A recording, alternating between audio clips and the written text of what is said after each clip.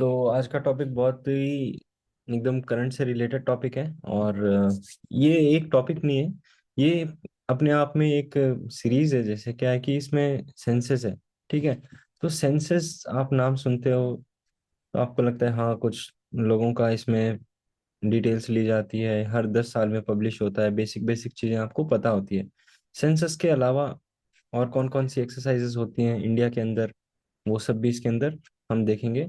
Census से start करेंगे, फिर एनपीआर देखेंगे, नेशनल पॉपुलेशन रजिस्टर क्या होता है, एनआरसी देखेंगे, एसईसीसी देखेंगे। ये सब चीजें क्या है, ये सब एक जैसी लगती है सुनने में, लेकिन इनमें काफी एक दूसरे में डिफरेंस भी होता है। वो क्या डिफरेंसेस हैं और उनकी डिटेल्स क्या क्या है, वो सब हम आज देखने जा रहे हैं। ठीक है। तो let us begin with the census. तो आप सबको पता होगा कोविड के टाइम पे सेंसस क्या हो गया था, पोस्टपोन्ड हो गया था, राइट। तो सेंसस पोस्टपोन्ड होने के बाद में अब जब कंडीशंस नॉर्मल हो रही हैं, तो वापस उसी की बात आ रही है कि अब कब होगा। तो हमें सबसे पहले ये पता है कि डिसेनियल एक्सरसाइज है, इट इज ए डिसेनियल, यानी हर 10 साल से होती है, राइट, 10 ईयर्स। ओके। और एक चीज आप बताओ कि सेंसस करवाने के लिए हमें कुछ बाउंड्रीज फिक्स करनी पड़ती है। जैसे सपोज करो ये इंडिया है पूरा। अब ऐसा तो है नहीं कि सभी लोग रैंडमली इधर उधर जाके और डेटा कलेक्ट कर रहे हैं, कोई इधर से आ रहा है कोई इधर से आ रहा है, ऐसा तो होगा नहीं। क्या होता है उसमें, हम पहले बाउंड्रीज फिक्स करते हैं। ये एक स्टेट है, ये एक इतना डिस्ट्रिक्ट है, ये इतना डिस्ट्रिक्ट है ना। ऐसे करते हुए हम बाउंड्रीज फिक्स करते हैं। इनको हम क्या बोलते हैं, एडमिनिस्ट्रेटिव बाउंड्रीज बोलते हैं। यानी कि जितने भी डिस्ट्रिक्ट्स हैं और डिस्ट्रिक्ट्स की क्या क्या बाउंड्री है वो पहले हम फिक्स कर देंगे, उसके बाद ये एक्सरसाइज शुरू होगी सेंसस की। ताकि हमें पता रहे कि इस डिस्ट्रिक्ट में इतने लोग हैं, इस डिस्ट्रिक्ट में इतने जो पॉपुलेशन है इससे रिलेटेड है, ये काम कर रहे हैं, इतनी उनकी एज हो गई है, इतना ये उनका जो आप कह सकते हो उनका क्या है, प्रोफेशन है ना। तो ये सब चीजें हम इसमें करते हैं। तो administrative boundaries are first fixed. और ये करता कौन है, ये सारे काम कौन करता है, सेंसस वाले। It is office of registrar general and census commissioner of India. Okay. तो ये नाम आप याद रखना, ये एक आज नई पोस्ट नहीं है कोई, ये बहुत पहले से चली आ रही है पोस्ट। ठीक है। बहुत पुरानी पोस्ट है ये, सेंसस कमिश्नर ऑफ इंडिया तब भी होती थी, कब, जब पहला सेंसस हुआ था। तो सेंसस कैसे होते हैं, दो तरह के होते हैं सेंसस, है ना। दो तरह के कौन कौन से होते हैं, एक नॉन सिंक्रोनस और एक होता है सिंक्रोनस। ठीक है। आवाज क्लियर आ रही है ना, कोई बैकग्राउंड नॉइजेस तो नहीं आ रही है आपको। No sir. ठीक है। तो नॉन सिंक्रोनस और सिंक्रोनस, अब नाम से ही आप इसको देख पा रहे हो कि नॉन सिंक्रोनस यानी जो सिंक में नहीं है। सिंक में नहीं, इसका मतलब क्या है कि अलग अलग प्लेसेस पे हो रहा है, अलग अलग टाइम पे हो रहा है। ठीक है। एक साथ नहीं हो रहा है पूरी कंट्री में। तो वो बहुत पहले हुआ था, कब हुआ था, 1872 में हुआ था फर्स्ट। ठीक है। तो जब भी प्रीलिम्स का क्वेश्चन आए तो उसमें आपको ये वर्ड्स ध्यान रखने हैं कि नॉन सिंक्रोनस किसको बोलते हैं, सिंक्रोनस किसको बोलते हैं, और कौन सा वाला कब हुआ था। तो जो नॉन सिंक्रोनस था, जो फर्स्ट टाइम जो हुआ था ना, वो नॉन सिंक्रोनस हुआ था, क्योंकि उस टाइम पे इतना एडवांस नहीं था सब कुछ, और एक साथ नहीं हो पाया था वो। ठीक है, ऐसे आप याद रखना। तो पहले नॉन सिंक्रोनस हुआ था, ऑब्वियसली नॉन सिंक्रोनस ही होगा। 1872 में हुआ था ये। एमसीक्यू की एक स्टेटमेंट बनती है डायरेक्टली कि the first non synchronous census was held in 1872, तो ये करेक्ट हो जाएगा। और किसने करवाया था, लॉर्ड मेयो। और उस टाइम वही क्या थे, गवर्नर जनरल ऑफ इंडिया। ये एक डिटेल हो गई जो हमें याद रखनी है। दूसरी डिटेल क्या है, सिंक्रोनस कब हुआ था फर्स्ट टाइम, 1881 में हुआ था। ये प्रॉपर मतलब था कि प्रॉपर सेंसस जो इसको हम बोलते हैं, जो कि आज की डेट में भी यही चले आ रहे हैं, जैसे 1881, फिर 1891, है ना। फिर 1901, 1911, 1921, 10 10 10 10 10 साल के गैप पे ये होते जा रहे हैं। ठीक है। तो सिंक्रोनस फर्स्ट वाला कब हुआ था, 1881 में हुआ था। ठीक है। ये समझ में आ रहा है आपको। तो उस टाइम भी देखो क्या थे, सेंसस कमिश्नर ऑफ इंडिया की पोस्ट हुआ करती थी, है ना। तो डब्ल्यू सी प्लॉडेन क्या थे वहां पे उस टाइम पे, सेंसस कमिश्नर ऑफ इंडिया थे। और गवर्नर जनरल अगर आपको कोई पूछ ले तो लॉर्ड रिपन। ठीक है। तो इसमें लॉर्ड मायो था फर्स्ट वाले में, और उसके बाद Lord Ripon, governor general of India. तो अब इसमें भी इंटरचेंज करके आपके एमसीक्यू बन सकता है कि W C Plowden was some governor general of India और Lord Ripon was census commissioner. तो ये क्या था, दोनों स्टेटमेंट गलत हो जाएंगे। एक्चुअल में क्या है, डब्ल्यू सी प्लॉडेन कौन थे, सेंसस कमिश्नर थे, और लॉर्ड रिपन कौन थे, गवर्नर जनरल थे। यहाँ तक तो क्लियर है आपको, यस सर। है ना। तो ये इंफॉर्मेशन प्रीलिम्स के लिए बहुत जरूरी है। इसी तरह के क्वेश्चंस इस बार क्या है कि बहुत ही मतलब रेयर रेयर कंडीशन है ये कि सेंसस जो है क्या हो रहा है आगे, पोस्टपोन हो रहा है। वरना हर बार 10 साल से कंटिन्यू, मतलब 1881 से 1881 से हर साल, हर 10 साल होते आ रहा है। ठीक है। लेकिन इस बार ये खास कंडीशन बन गई, 2021 में होना था लेकिन पोस्टपोन हो गया, तो तब से ये बहुत ही ज्यादा करंट अफेयर में चल रहा है। तो ये आने के आपके काफी अच्छे चांस है। तो अभी अभी क्या बोला है, एक नोटिफिकेशन आया था उसमें रिसेंट ऑर्डर में, registrar general and census commissioner of India, वही पर्सन अभी वाले जैसे सेंसस, यही पोस्ट। ठीक है। तो सेंसस कमिश्नर ऑफ इंडिया ने क्या बोला है अभी कि ये जो एडमिनिस्ट्रेटिव बाउंड्री फिक्स करने की डेडलाइन है, ये 30 जून, उन्होंने बोला है कि 30 जून तक सभी डिस्ट्रिक्ट्स और सभी जो स्टेट गवर्नमेंट्स हैं, जो जो भी सब लोग हैं, वो अपनी अपनी 30 जून तक हमें बाउंड्रीज फिक्स करके बता दो कि हमारे यहाँ इतने डिस्ट्रिक्ट है, इस डिस्ट्रिक्ट की बाउंड्री ये है, इस डिस्ट्रिक्ट में ये विलेजेस आते हैं, ये सब रूरल एरियाज में ये हैं, सब कंप्लीट करके हमें 30 जून तक बता दो। ठीक है, आप बाउंड्रीज फिक्स करके हमें 30 जून तक बता दो, है ना। और एज पर नॉर्म्स, है ना, क्या होता है कि जब ये बाउंड्रीज फिक्स हो जाती है उसके 3 महीने के बाद सेंसस करवा सकते हैं। Getting it. Census can be conducted only 3 months after freezing of administrative boundary. जैसे मान लो 30 जून उन्होंने बोल दिया, तो 30 जून के बाद 3 महीने कब होंगे बताओ।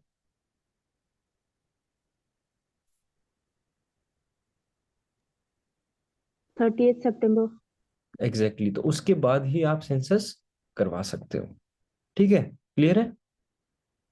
यस तो सर। जब भी आप न्यूज़ देखोगे, न्यूज़ पढ़ोगे, इंडियन एक्सप्रेस देखोगे या द हिंदू देखोगे, तो बार बार वो आ रहा है ना, लिखा हुआ आएगा, आपको दिखेगा जब भी अब आप न्यूज़पेपर पढ़ोगे ना, तो सेंसस पोस्टपोन टू सितंबर, सितंबर से। तो अब आपको समझ में आएगा कि वो सितंबर का नाम क्यों ले रहे हैं बार बार, इसलिए ले रहे हैं क्योंकि नॉर्म्स क्या है कि जब एडमिनिस्ट्रेटिव बाउंड्रीज फिक्स हो जाए उसके 3 महीने के बाद में सेंसस होता है।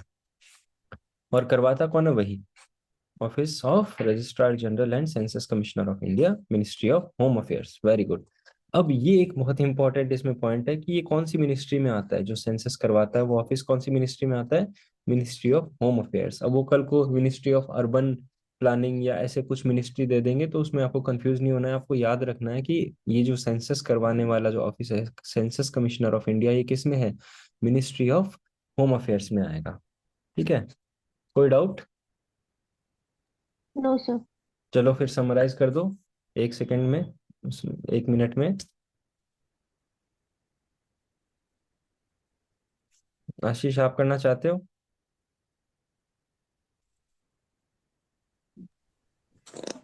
क्या सर? समराइज करो, समराइज। अच्छा, कुछ बताना है क्या सर? हम्म। क्या लिखा हुआ है? हम्म। सर ये जो सेंसेक्स डिसिनियल एक्सरसाइज, ये क्या है सर? इसका मीनिंग पहले लाइन में ही, पहला मीनिंग। हर 10 साल में होता है। हर 10 साल में, वेरी गुड। दस, मतलब हर साल में होना ही होना है। हर 10 साल में होना ही होना है, डिसेनियल यानी 10 साल में, है ना। एनुअल का मतलब क्या होता है, हर साल होना, है ना। वैसे ही डिसेनियल होता है यानी हर 10 साल पे। ठीक है। अच्छा अच्छा। Before the census administrative boundaries are fix, मतलब सेंसस जो जनगणना होगी उससे पहले आपको एडमिनिस्ट्रेटिव जो भी बाउंड्री हो, जैसे कि हर स्टेट और डिस्ट्रिक्ट की, वो फिक्स करनी होंगी। इन हम्म।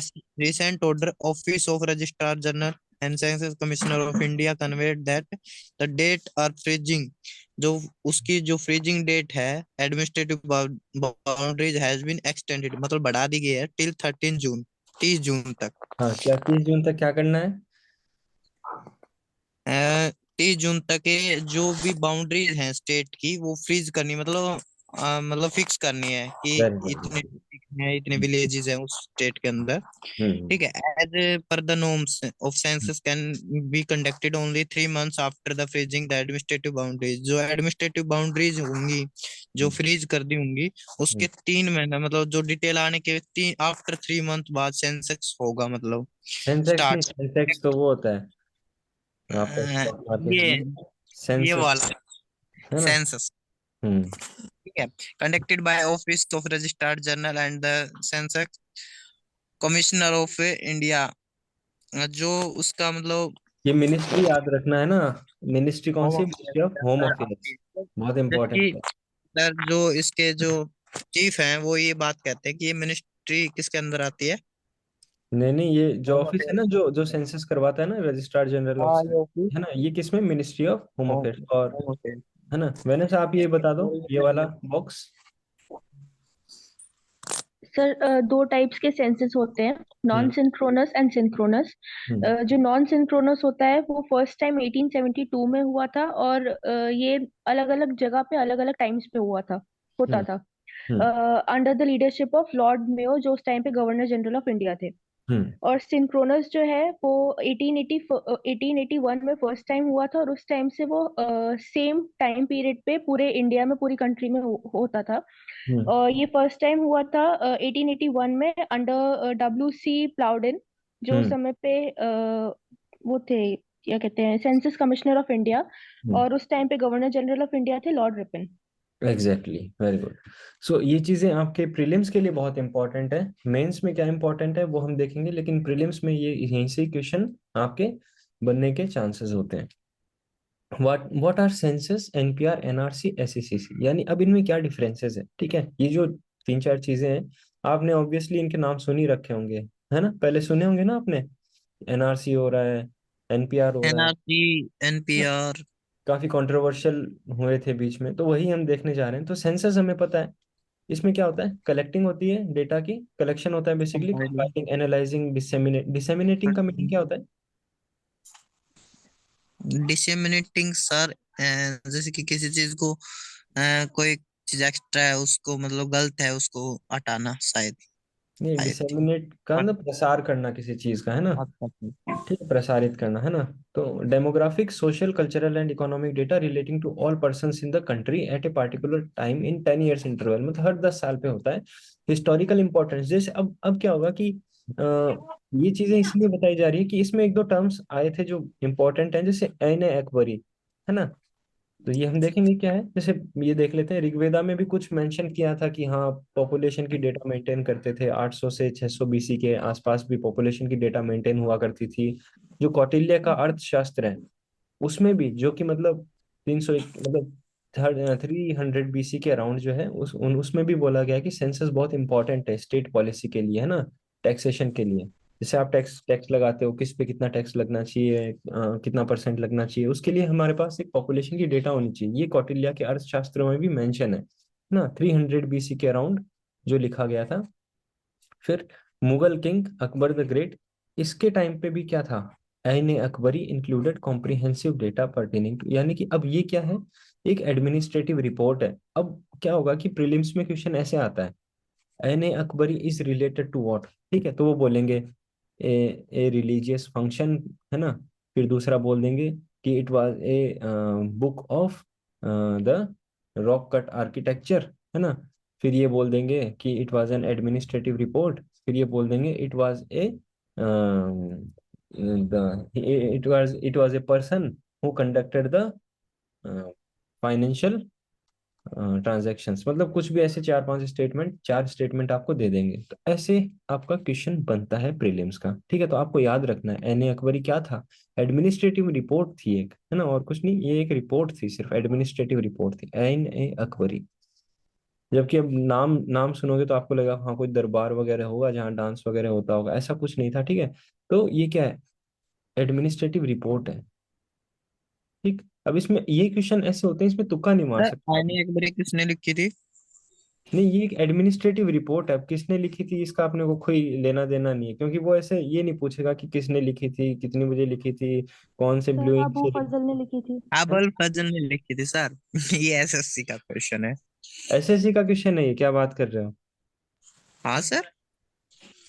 एसएससी वो में। हाँ, तो एसएससी में फैक्चुअल क्वेश्चंस आते हैं ना बेसिकली, वो यूपीएससी में ऐसे क्वेश्चंस नहीं आएंगे कि वो किसने लिखा था, है ना। वो इसमें यही पूछेंगे, जैसे आप पुराने क्वेश्चंस देखो, आप सीएपीएफ के भी क्वेश्चन देखना, और एनडीए के भी आप क्वेश्चन देखना ना, और यूपीएससी और कौन कौन से एग्जाम, जैसे ये जितने भी एग्जाम्स हैं यूपीएससी कंडक्ट करवाता है, उसमें जो बुक्स आपसे पूछी जाएगी वो मोस्टली क्या होगी, या तो बहुत ही हाई लेवल के बंदे ने लिखी हो, जैसे महात्मा गांधी हो गए, बी आर अम्बेडकर हो गए, है ना। इन सब के बुक्स तो 2-3 बार उन्होंने पूछी है कि किसने लिखा है, ठीक है। लेकिन जो अदर बुक्स है उनके राइटर्स नहीं पूछते, मोस्टली उनके यही पूछता है कि ये किस चीज से रिलेटेड थी। जैसे 2021 में उन्होंने एक रैंडम सा नाम दे दिया था अचानक से, और सब लोग कंफ्यूज थे, तो वो मोस्टली बाहर आके जब डिस्कशन हुआ उसका, तो यही था उसके अंदर कि भाई ये तो किसी को ही नहीं आ रहा था क्वेश्चन। तो ऐसा होगा, ठीक है। और कोई नहीं, अगर मतलब आपको याद ही है तो फिर कोई दिक्कत ही नहीं है, पर मतलब मेरे को तो ये चीज इतना पता नहीं था, लेकिन सही है, मैं यहाँ पे मेंशन भी कर देता हूँ। क्या बताया आपने? अबू फजल। मैं इसको वो कर यही दूंगा। है सर, अबुल फजल। हाँ, ये मैं स्लाइड में भी ऐड कर दूंगा, अच्छा इन्फॉर्मेशन आपने दिया, ठीक है। तो ये लेक्चर में रिकॉर्ड हो गया होगा, तो इसको मैं ऐड कर दूंगा फिर। हम्म। तो अब देखो, सेंसस किससे बैक्ड है? सेंसस का एक्ट कौन सा है? Census act of 1948। हमेशा एक चीज याद रखना कि जब भी कोई ऐसी डेटा पूछी जाए आपसे, या फिर जब भी कोई एक स्टेचुटोरी टर्म आपके सामने आए कि सेंसस है, या फिर एनपीआर है, या एसईसीसी है, तो उसके पीछे स्टेचुटोरी बैकिंग किसकी, यानी कौन सा एक्ट उसके पीछे है। तो इसमें क्या करेंगे, जैसे कि अभी एक आपको याद होगा रिफॉर्म हुआ था इसमें, जब भी जैसे कोई कंपनी क्या होती है, दिवालिया हो जाती है ना, तो उस पे आईबीसी लगता है ना। इसको क्या, आईबीसी को हम बोलते हैं, बैंक्रप्सी कोड है शायद, है ना। तो उसके उससे रिलेटेड जितने भी एक्ट्स हैं, उस एक्ट्स में कौन सा एक्ट इसके ऊपर लागू होता है, वो आपको ऐसे ऑप्शन देंगे। द कंपनीज एक्ट ऑफ 2013, है ना, और ये आपका मिनिस्ट्री ऑफ कॉरपोरेट का एमसीए एक, है ना, एमसीए गाइडलाइंस है, वो दे देंगे। ऐसे 3-4 आपको एक्ट देंगे, और फिर आपसे ये पूछेंगे कि इसमें से आईबीसी किस एक्ट के तहत लागू होता है। तो ये आपने आपने देखा होगा कि रिसेंटली जितने भी क्वेश्चन पेपर्स आते हैं उसमें इस तरह के क्वेश्चन फ्रेम करते हैं, और साथ ही साथ ये एक्ट का नाम चेंज कर देंगे। अब इसमें क्या होगा, census is conducted under the citizenship act of 1955, बस, खत्म। तो वो क्वेश्चन गलत होने के बहुत ज्यादा चांसेस बन जाते हैं, क्यों? क्योंकि अब जैसे यही जो स्टूडेंट ये पढ़ के आया होगा एनपीआर, तो उसमें वही सिटीजनशिप एक्ट 1955 लगता है, ठीक है। तो ऐसे आपको कंफ्यूज नहीं होना है, आपको याद रखना है सिटीजनशिप एक्ट 1948। ये चीज मैंने आपको आरबीआई वाले में भी बताया था कि आरबीआई एक्ट 1934 किस में लागू होता था, सीआरआर में लगता था। और आरबीआई एक्ट ऑफ ये आपका 1949 बैंकिंग रेगुलेशन एक्ट किस में लगता था, एसएलआर में लगता था, है ना। तो एक्ट बहुत इंपॉर्टेंट होते हैं, तो जब भी आप इस तरह के कोई भी चीज पढ़ो तो इसमें ये आपको फिल्टर आउट करना है कि हाँ ये इंपॉर्टेंट चीज है, census act of 1948। Sir financial term में एसएसडी किसको कहते हैं? क्या बोलते हैं? एसएसडी। एसएसडी, ये बोल रहे हो? हाँ। फाइनेंशियल टर्म्स में एसएसडी तो पता नहीं। एसएसडी हार्ड डिस्क को जरूर एक नई वाली हार्ड डिस्क आती है उसको जरूर एसएसडी बोलते हैं। आप इसका फुल फॉर्म बता सकते हो मेरे को, फिर मैं कुछ एक्सप्लेन करने का मतलब बताऊं। नहीं सर, मेरे को भी नहीं पता। आपने कहाँ पढ़ा था? ये सर थोड़ा सा दिमाग में आया अभी, 2022 में कोई नई ट्रिम आई है फाइनेंशियल की, थोड़ा थोड़ा। एसएसडी, अच्छा, अब कुछ मतलब और थोड़ा बहुत कुछ डिटेल बता सकते हो हाँ चलो, कल देख के बताता हूँ चलो। ना। आप मेरे को बताना, इसके बारे में मैं आपको फिर रिसर्च करके बताता हूँ कि ये क्या चीज़ है ना। एसएसडी ऐसे मतलब अचानक से तो, क्या एसएसडी होता है ये, मुझे नहीं। Do you know Vanessa about this something? No sir. I also don't know about SSD. मतलब आप बता देना कुछ और टर्म है इसका, कुछ एक्सपेंशन है तो फिर याद आ जाएगा, है ना। तो सेंसस 2 फेजेस में होगा। फर्स्ट फेज में क्या करते हैं, हाउसिंग का। सेकंड फेज में पॉपुलेशन का, ऐसे याद करना है ना। हाउसिंग कंडीशंस ये जैसे स्टैट्यूटरी स्टैंडिंग डिपॉजिट। क्या? Statutory standing deposit. अच्छा अच्छा ठीक है, मैं इसके बारे में बताऊंगा आपको, है ना। SSD है ना, मैं इसको बताऊंगा आपको, मुझे अभी मतलब पता नहीं है SSD के बारे में। तो पहला फेज क्या होगा, हाउसिंग कंडीशंस देखेंगे। दूसरा फेज होगा आपका पॉपुलेशन का। जैसे पहले में क्या होगा, हाउस होल्ड की कंडीशन क्या है, क्या क्या किसके पास है, जैसे मान लो कि घर में क्या क्या फैसिलिटीज अवेलेबल है, ये सब काउंट होता है ना सेंसस में, तो वो फर्स्ट फेज में होगा। याद रखना कि दो फेजेस हैं इसके, पहला और दूसरा। और क्या क्या एसेट्स हैं किसी के पास, जैसे कार है, स्कूटी है, बाइक है, जो भी है वो सब काउंटिंग होता है, और उसके बाद में वो डेटा कलेक्ट होता है। सेकंड फेज में क्या है, पॉपुलेशन की काउंटिंग होती है। जैसे रिलीजन किसका क्या है, कितने रिलीजन के कितने लोग हैं, है ना। Economic activity, scheduled caste and scheduled tribes, language, literacy, migration, fertility are collected. ये सब डेटा जो कि ह्यूमन पॉपुलेशन से रिलेटेड है। ठीक है।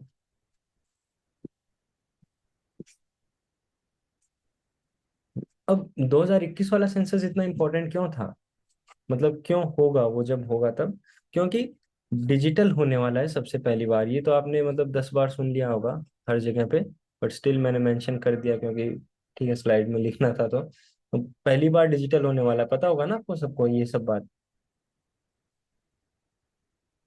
या नहीं पता था। नहीं नहीं पता पता था था। सर, आपने पहली बार बताया। इस बार का सेंसस कंप्लीटली डिजिटल होने वाला है, पहले ऐसा नहीं हुआ था कभी भी, है ना।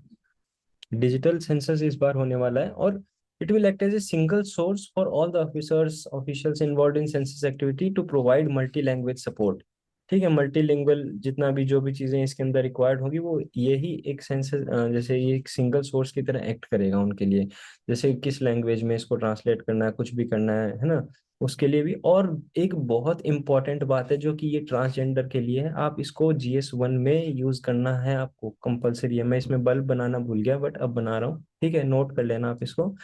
ट्रांसजेंडर्स के लिए GS1 में इंडियन सोसाइटी में बहुत इंपॉर्टेंट है। उसमें क्या है, for the first time this exercise will include data on household headed by a person from the transgender community and member living in the family। पहले क्या होता था, पूछा जाता था कि आपका परिवार का मुखिया कौन है, मेल है या फीमेल है। लेकिन अब क्या होगा, एक ट्रांसजेंडर अदर करके भी ऑप्शन होगा, ट्रांसजेंडर करके भी एक ऑप्शन होगा।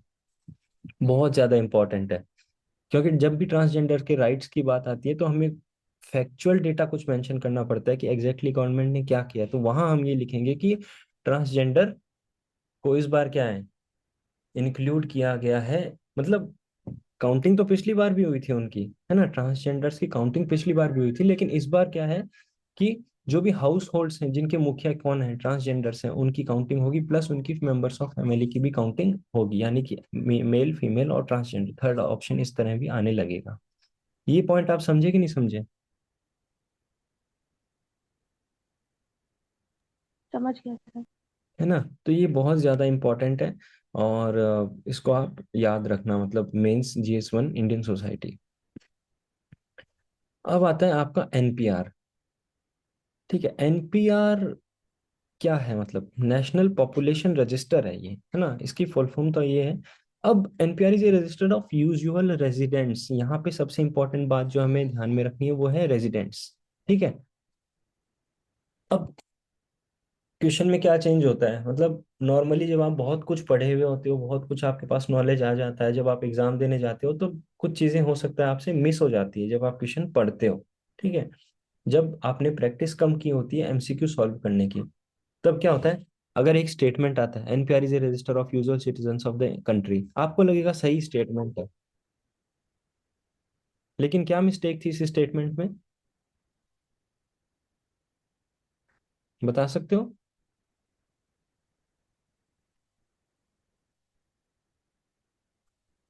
सर स्टेटमेंट एक बार रिपीट कर दीजिए।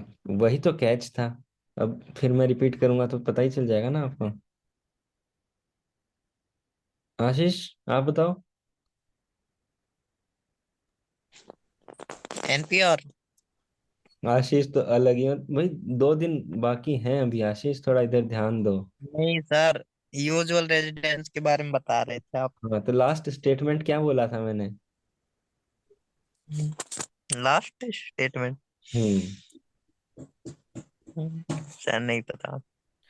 देखो क्या होता है कि जो आप स्टेटमेंट देखोगे, अब जो मैं दोबारा रिपीट कर रहा हूँ, NPR is the registered register of the usual citizens of the country,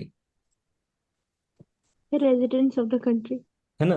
तो जब आप एग्जाम में इसको पढ़ोगे ना, तो आपको अच्छा मतलब इतना उस टाइम प्रेशर रहता है ना दिमाग में कि हमें सब कुछ सही लगने लगता है और सब कुछ गलत भी एट द सेम टाइम लगने लगता है कि ये सही है कि गलत है, क्या है, एकदम दिमाग की कंडीशन अलग हो जाती है। तो वो ठीक कब होती है कंडीशन, जब हम कम से कम भी 100 मॉक टेस्ट लगा के अंदर बैठते हैं एग्जाम में, ठीक है, तब जाके हमारा दिमाग स्टेबल रहता ओके सर। है ना। तो 100 का मतलब क्या होता है, 100 इंटू 100 क्वेश्चन, यानी 10,000 क्वेश्चन जब आप करके जाते हो तो उससे बाहर क्वेश्चन नहीं आते हैं। उससे बाहर आते हैं लेकिन वो फिर किसी को नहीं आते हैं। आपकी प्रिपरेशन इतनी सॉलिड हो जाती है कि आपको नहीं आ रहा है तो फिर वो किसी को भी नहीं आता है। ये लेवल हो जाता है उस प्रिपरेशन का, जब आप 100 MCQ, जब आप 100 क्वेश्चन पेपर सॉल्व करके जाते हैं अपने प्रिपरेशन से, एग्जाम से पहले, ठीक है। तब आप ये छोटी छोटी चीजें पकड़ पाते हो। कैसी? जब उसने ये बोल दिया कि it is a register for the usual citizens of the country, तो आप उस स्टेटमेंट को गलत बोलोगे। अब आप सिटीजन और रेजिडेंट में अंतर बता सकते हो?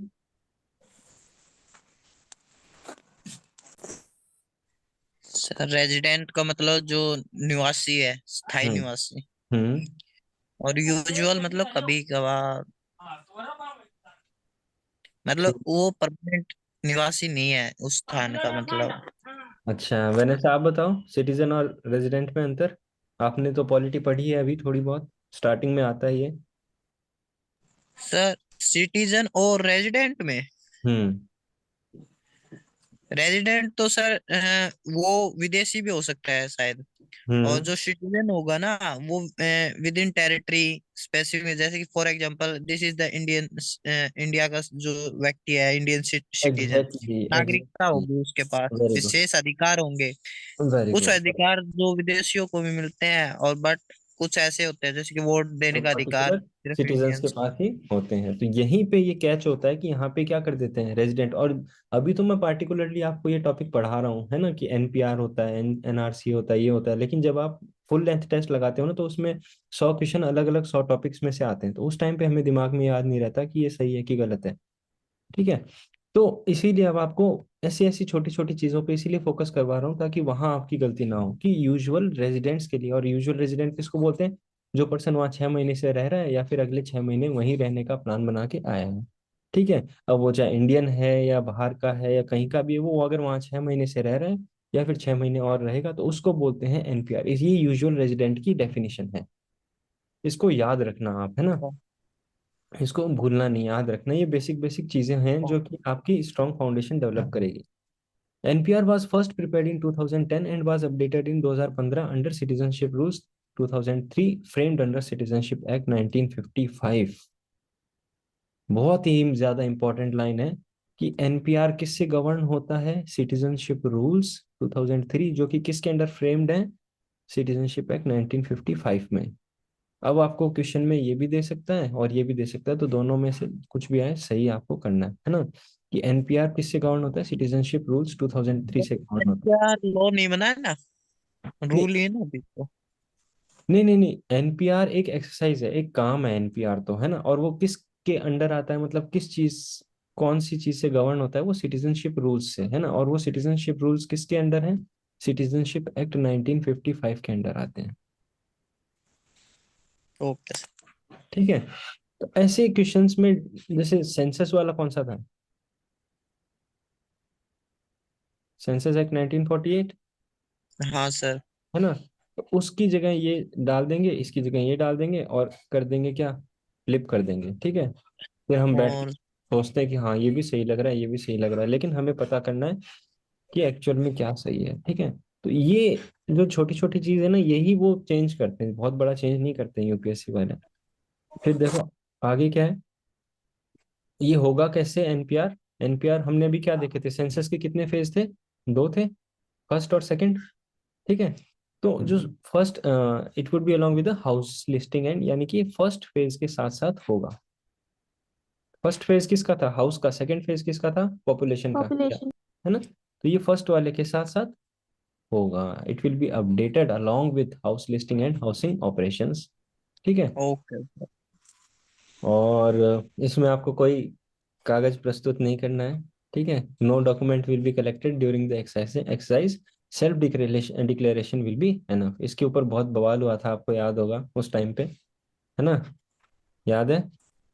एनपीआर की, वो तो सर राजनीति है, है ना? राजनीति में कुछ भी हो सकता है। हाँ, तो वो चीजें क्या अडानी है? और मोदी एक है। हाँ, तो वो हमें क्या करना है, हमें उस जो भी पॉलिटिकल इवेंट हो रहा है जो कि बहुत ज्यादा कंट्रोवर्शियल है, उससे हमें सिर्फ ये एक्सट्रैक्ट करना है कि यूपीएससी के लिए क्या क्या इंपॉर्टेंट है। तो अब ये स्टेटमेंट अगर आता है, no in document will be collected during this exercise, self declaration will be enough, तो ये स्टेटमेंट क्या आपका हो जाएगा? करेक्ट हो जाएगा। ठीक है।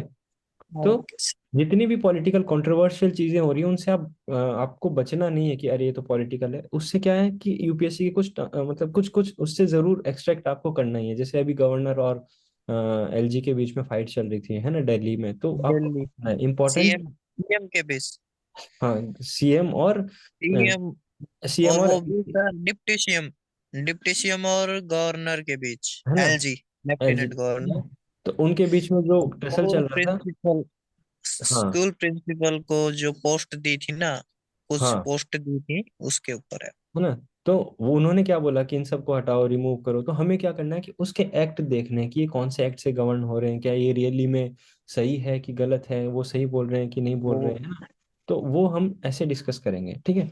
तो अब इसमें क्या है कि अब आपने देखा होगा अभी एक वो जो गवर्नर है ना, गवर्नर क्या करते हैं, प्रेसिडेंट के लिए रिजर्व करते हैं ना बिल को। जब अगर उनको लगता है कि ये तो कुछ नेशनल इंपॉर्टेंस का बिल है तो इसको प्रेसिडेंट के लिए रिजर्व करना है ना। तो मैंने उसका एक लेक्चर बनाया था, तो उसमें से डायरेक्ट क्वेश्चन आया था, मतलब अभी सीईटी में कल परसों मुझे किसी स्टूडेंट स्टूडेंट ने बताया। तो वो क्वेश्चन मतलब आया था डायरेक्टली कि कौन से आर्टिकल से वो गवर्न होता है। तो हमें सिर्फ आर्टिकल से मतलब है, टसल क्या चल रही है उससे मतलब नहीं है। ये पहला ही वीडियो था उस चैनल का, तो उसमें से आया था। दो तीन क्वेश्चंस और आए थे अभी मुझे पता चले, मेरे को पता भी नहीं था ये बात। तो इसी तरह से हमें, जैसे एक वो विक्रम वाला था ना, विक्रम एस करके जो प्राइवेट सैटेलाइट लॉन्च हुई थी, तो मतलब हमें इस तरह सर की। इंडिया की प्राइवेट स्पेस एजेंसी कौन सी है? स्काई? इंडिया की प्राइवेट स्पेस एजेंसी प्राइवेट नहीं है, इसरो के एक पार्ट है। इसरो के दो पार्ट हैं बेसिकली, जो कि प्राइवेट फर्म्स के लिए वर्क करते हैं। ठीक है, एक तो शायद इनस्पेस है, और एक आपका है दूसरा, दूसरे वाले का नाम है, I don't remember that name, but दो पार्ट हैं जो कि एक लॉन्चिंग में हेल्प करता है और दूसरा टेक्नोलॉजी वाइज हेल्प करता है ना।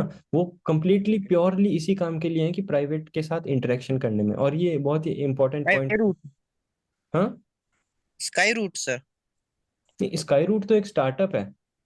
स्काई ओ, रूट तो एक स्टार्टअप है जिसने कि अभी प्राइवेट सैटेलाइट लॉन्च की थी। स्काई रूट ही शायद नाम होना चाहिए, मैं आपको कंफर्म करके बता दूंगा।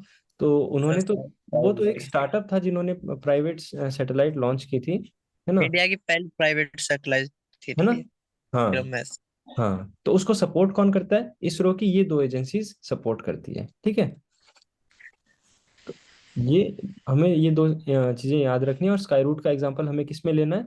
हमें जैसे साइंस एंड टेक में लेना है, जब मेंस का हमें क्वेश्चन है। तो एक ये इंपॉर्टेंट चीज हो गई, इसको हम नोट करेंगे। ठीक है, इसको हम अलग से मेंस वाली में जब नोट करते हैं उसी में आपको ये नोट कर लेना है। जैसे ही आपको इस तरह की कोई भी चीज दिखे तो फटाफट से, उसमें आइडेंटिफाई करो कि कौन से पेपर के लिए इंपॉर्टेंट है, और उसी में आप नोट कर दो। तो no document will be connected और it would contain biometric particulars, यानी आपके बायोमेट्रिक भी इसमें लिए जाएंगे। तो ये दो तीन चीजें आपको याद रखनी है। और यूजुअल रेजिडेंस इसमें इंक्लूड होंगे सारे। तो अगर आपको कोई ये बोले कि foreigners will also be counted in the NPR, so statement correct हो जाएगा कि रॉन्ग हो जाएगा? Wrong sir. अरे यार, इतना पढ़ा है मैंने। सर करेक्ट होगा। करेक्ट होगा ना? क्यों सर? तो अब, फॉरेनर्स इंडिया में आके काम भी तो कर सकते हैं। है ना, तो वो रह रहे हैं यहाँ पे, तो उनको हम रेजिडेंट्स को काउंट कर रहे हैं, सिर्फ सिटीजन्स को काउंट नहीं कर रहे हैं। ओके सर, धन्यवाद। सही है, चलो कोई नहीं, है ना? अब आता सर है कुछ बोलने वाले थे आप, कोई नहीं करके। बोलेंगे बोलेंगे, सही टाइम पे सही चीज बोलनी चाहिए। ठीक है सर, कोई नहीं, मैं समझ रहा हूँ। तो रुको, अभी 2 दिन बाद बोलूंगा मैं तुम्हें तो। देखते हैं उस दिन क्लास में आओगे कि नहीं आओगे। नहीं सर, मैं तो क्लास लूंगा। अच्छा, आप कहीं नहीं चले जाओ, देख लेना। अरे मैं कहाँ जाऊंगा, मैं तो यहीं पढ़ाने में ही व्यस्त रहता हूँ, क्या बताऊँ। नहीं नहीं, आप भी तो जा सकते हो सर, आपकी भी तो पर्सनल लाइफ है। थैंक यू, थैंक यू, कितना ध्यान रखते हो आप।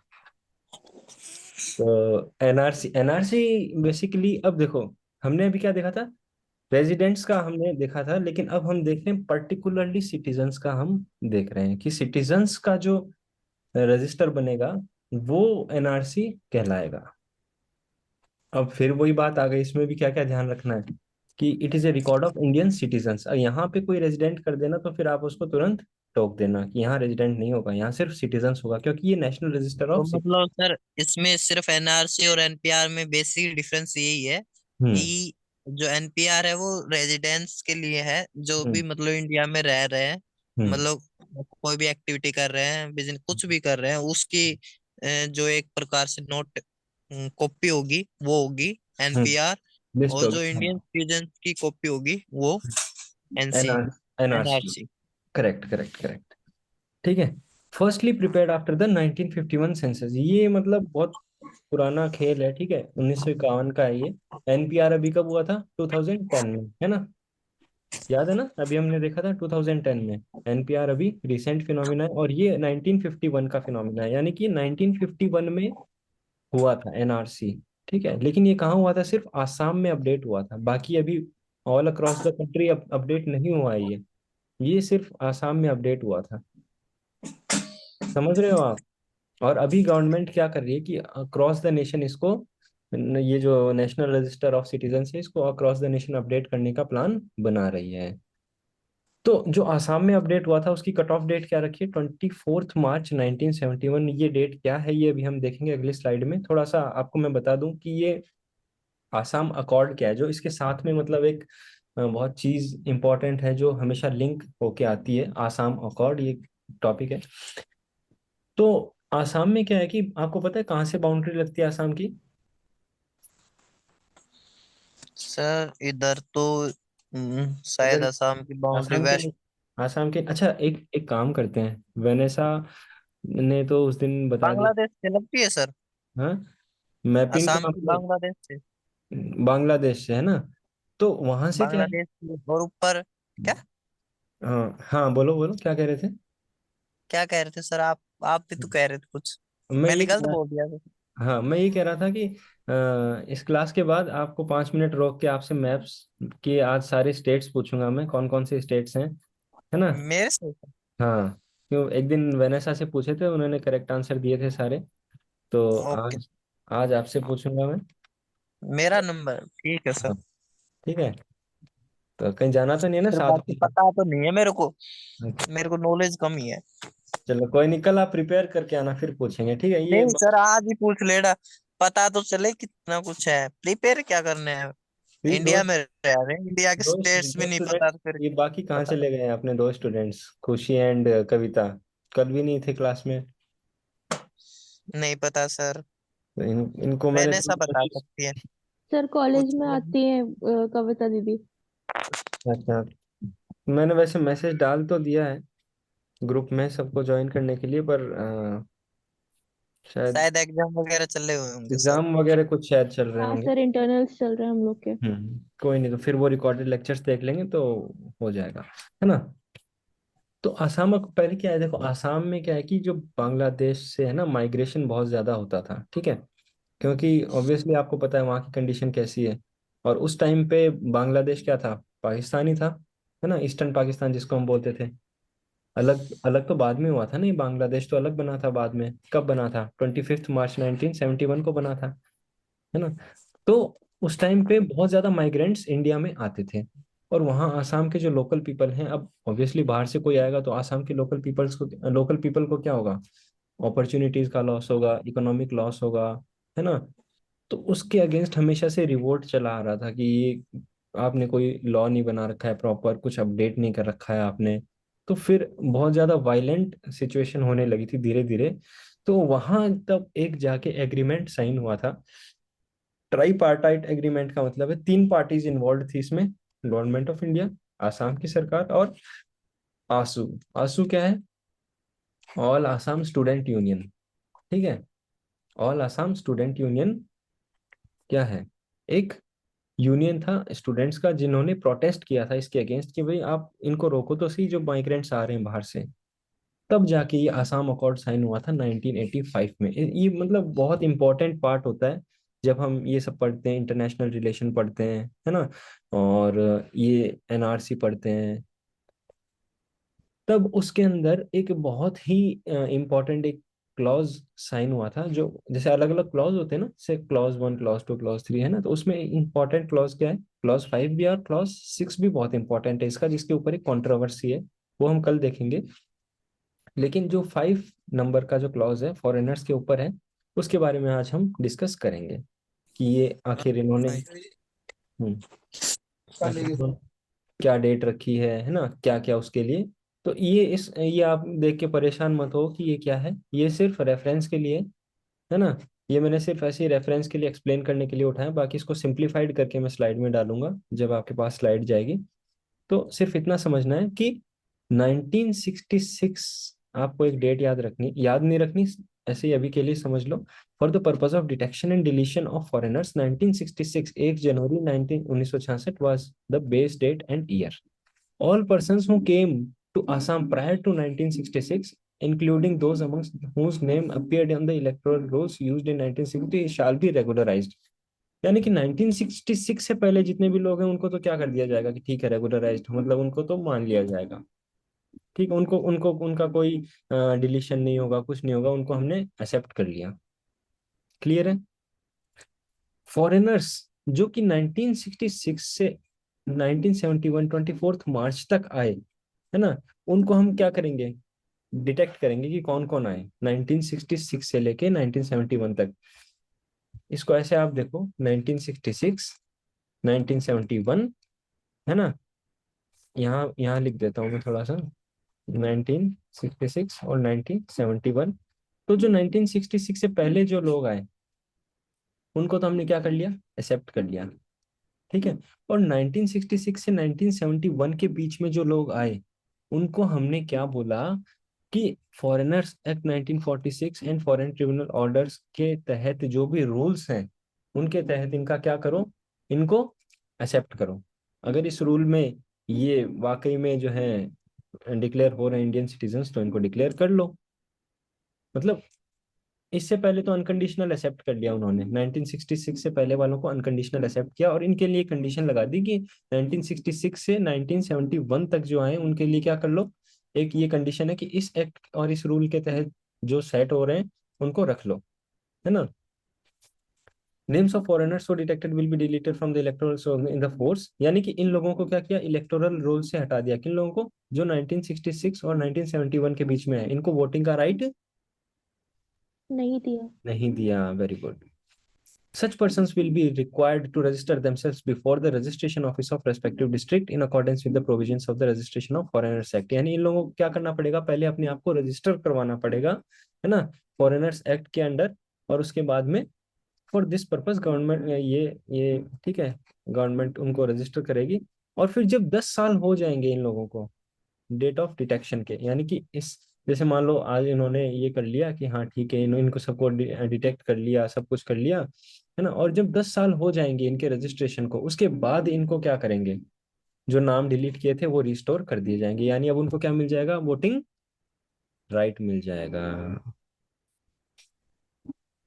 और जो इस डेट के बाद आए उनको तो बस टाटा बाय बाय, खत्म कर दिया जाएगा, डिटेक्ट डिलीट एंड एक्सपेल्ड। ठीक है, ये तो सही मैच हो गया। चलो अब शॉर्ट में कौन बताएगा इसको? आशीष बता दो।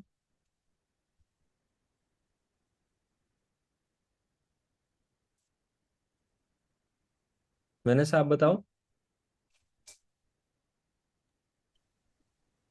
या सर, मैं बताऊं? जो भी फॉरेनर्स असम में 1966 के बाद आए हैं, 24 मार्च 1971 से पहले, हम्म। उनको वोटिंग राइट्स दिए जाएंगे, और उसके बाद जितने भी लोग आएंगे उनको नहीं मिलेगा। नहीं नहीं नहीं नहीं नहीं, ये था ना 1966 से पहले आ गए उनको तो पूरी तरह एक्सेप्ट कर लिया हमने, है ना। 1966 से पहले जो लोग आए उनको हमने पूरी तरह एक्सेप्ट कर लिया, कोई कंडीशन नहीं लगाई, वोटिंग वगैरह सब कुछ मिल गया। लेकिन 1966 से 1971 के बीच में जो आए उनको हमने क्या किया, अभी वोटिंग राइट्स नहीं दिए, उनको बोला 10 साल रुको फिर देंगे। और 1971 के बाद जो आए उनको क्या कर दिया हमने, टाटा बाय बाय, है ना। समझ गए। हाँ। ये प्रोसेस था, मतलब इन, और इन लोगों को क्या बोला कि भाई जो 1966 और 1971 के बीच में, उनको क्या बोला कि आप पहले रजिस्टर कराओ अपने आप को फॉरेनर एक्ट के अंदर, है ना। फॉरेनर एक्ट के अंदर आप रजिस्टर कराओ, आपको जब सिटीजनशिप मिलेगी 10 साल लगेगा, है ना। आपको 10 साल के बाद में हम क्या बोलेंगे, आपको वोटिंग राइट हम देंगे। ठीक है सर। क्लियर है। Yes sir. आशीष उठो।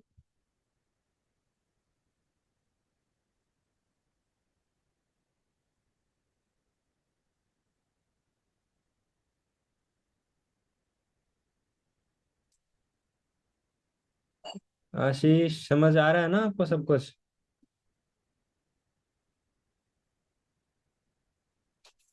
चलो कोई नहीं, कॉल आ गया होगा आशीष के पास कोई इंपॉर्टेंट। तो हमने यहाँ तक देख लिया, यहाँ तक आपको अब कुछ भी डाउट है तो आप पूछ सकते हो। हाँ सर समझ में आ गया, थोड़ा कम आया, बाकी और बाकी मैं कर लूंगा थोड़ा।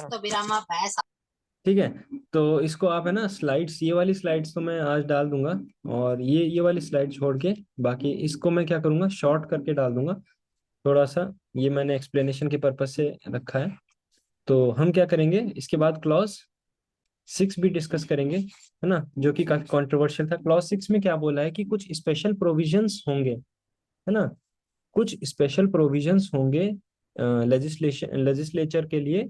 जैसे कुछ सीट्स कितनी रिजर्व्ड होनी चाहिए, है ना, आसाम में कितनी सीट्स पे कितना किस किस का रिप्रेजेंटेशन होना चाहिए, तो उस सब के लिए अभी एक रिसेंट एक कंट्रोवर्सी चल रही थी, तो वो भी हम क्या करेंगे इसमें डिस्कस करेंगे। तो आज हमने ये एनसीआर, सॉरी एनआरसी और ये सब किया। और आपने भी मुझे एक अच्छी बात बताई, Ain e Akbari, which will I will add into this also. And ये सब चीजें हमने आज देख ली। ठीक है। और एनपीआर हो गया। अच्छा, एनपीआर कौन से एक्ट में आता है बताओ।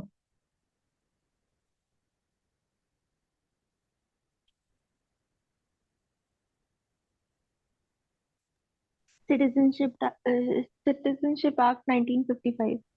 है ना। तो ये सिटीजनशिप एक्ट 1955 में एनपीआर आ जाएगा। और आपका ये फर्स्ट सिंक्रोनस कब हुआ था सेंसस। 1881। और नॉन सिंक्रोनस। 1872। Very good. ठीक है। तो ये सब चीजें हैं, और उसमें लॉर्ड मेयो थे और उसमें आपके रिपन थे, है ना। तो ये सब चीजें हो गई। और कुछ इसके अंदर, हाँ, यूजुअल रेजिडेंट की डेफिनेशन आपको पता चल गई। फॉरेनर्स किस में इंक्लूड होंगे और किस में एक्सक्लूड होंगे वो आपको पता चल गया है। Housing listing and housing operation के साथ ही एनपीआर होगा।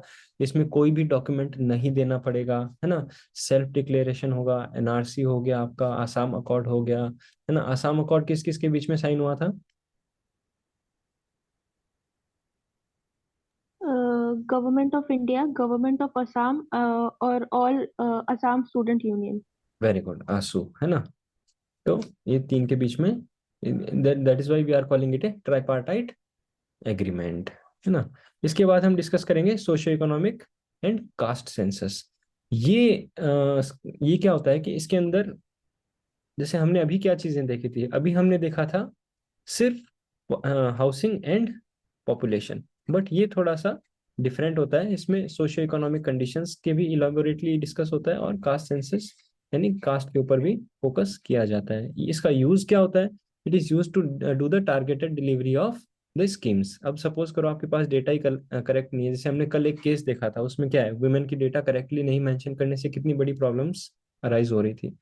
उसी तरह से इसकी जो डेटा है वो, जैसे सोशियो इकोनॉमिक से करने से हमें क्या पता चलेगा कि सोशल और इकोनॉमिक स्टेटस किस किस का क्या है, कम है। अगर हमें पता ही नहीं होगा, क्योंकि अभी डेटा जो हम यूज कर रहे हैं वो कौन सी कर रहे हैं, 2011 की यूज कर रहे हैं।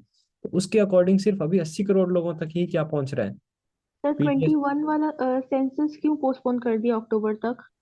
ये इसलिए पोस्टपोन किया था, पहले कोविड के कारण इसको पोस्टपोन किया था, है ना। और अभी दोबारा इसको जून, क्योंकि 30 तक इसकी लिमिट कर दी फ्रीजिंग की, तो ऑटोमेटिकली वो शिफ्ट हो गया आपका 3 महीने अक्टूबर, बाद। है ना। तो अभी तक उन्होंने लिमिट फिक्स करने की ही डिक्लेरेशन दिया, और अभी रिसेंट एक और नोटिफिकेशन गवर्नमेंट ने दिया है, उसमें इसको पोस्टपोन कर दिया अंटिल फर्दर नोटिस, है ना। तो इसीलिए किया था, पहले कोविड का था, और शायद ये हो सकता है कि अभी इलेक्शन है, तो इलेक्शन के दौरान बहुत सारी चीजें होती है, तो इसीलिए उन्होंने आगे इसको पोस्टपोन किया है। क्योंकि एक ये बहुत ही बड़ी एक्सरसाइज है, एक छोटा काम नहीं है, इसको करने में बहुत सारी मशीनरी भी यूज होती है, और at the same time we are having election, तो इलेक्शन में भी वही लोग मोस्टली यूज होते हैं, ठीक है। तो इसीलिए अभी इसको पोस्टपोन किया गया है ना। Okay sir. और ये जो डिलिमिटेशन, एक एक टॉपिक और हम पढ़ेंगे, डिलिमिटेशन। यानी जब भी इलेक्शन होता है तो उससे पहले बाउंड्रीज फिक्स की जाती है, जैसे कि आपको पता होगा कि पार्लियामेंट में क्या होती है, सीट्स रिजर्व्ड होती है अलग अलग रिप्रेजेंटेशन के लिए, है ना।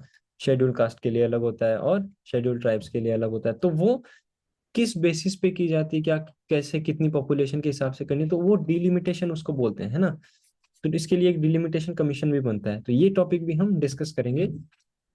और मैं क्या बता रहा था, हाँ मैं ये बता रहा था कि सोशल और इकोनॉमिक स्टेटस अगर किसी का पता चलेगा, तभी हम उसके लिए क्या कर पाएंगे, कोई पर्टिकुलर स्कीम डिराइव कर पाएंगे। अभी 80 करोड़ ही पीटीएस शॉप्स के लिए, पीडीएस शॉप्स के थ्रू हम लोगों को सर्व कर रहे हैं, यानी कि 80 करोड़ लोगों को ही हम सर्व कर रहे हैं, जो कि पुरानी डेटा है। लेकिन अब क्या है, अब अगर 2021 के एस्टिमेट्स के अकॉर्डिंग देखा जाए, तो हमारा पॉपुलेशन बहुत ज्यादा बढ़ गया है ना, और उसके अकॉर्डिंग अगर हम करें तो ये फिगर 96 करोड़ तक होना चाहिए था, लेकिन अभी हम पुरानी डेटा यूज कर रहे हैं, तो ये फर्क पड़ जाता है। देखो 15-16 करोड़ लोगों का क्या है, इसमें रजिस्ट्रेशन ही नहीं है, उन तक स्कीम्स नहीं पहुंच रही है, तो इस तरह की मिसमैचेस होने लग जाते हैं, है ना।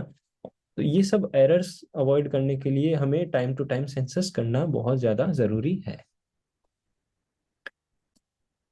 ठीक है। तो ये आज के टॉपिक्स थे अपने।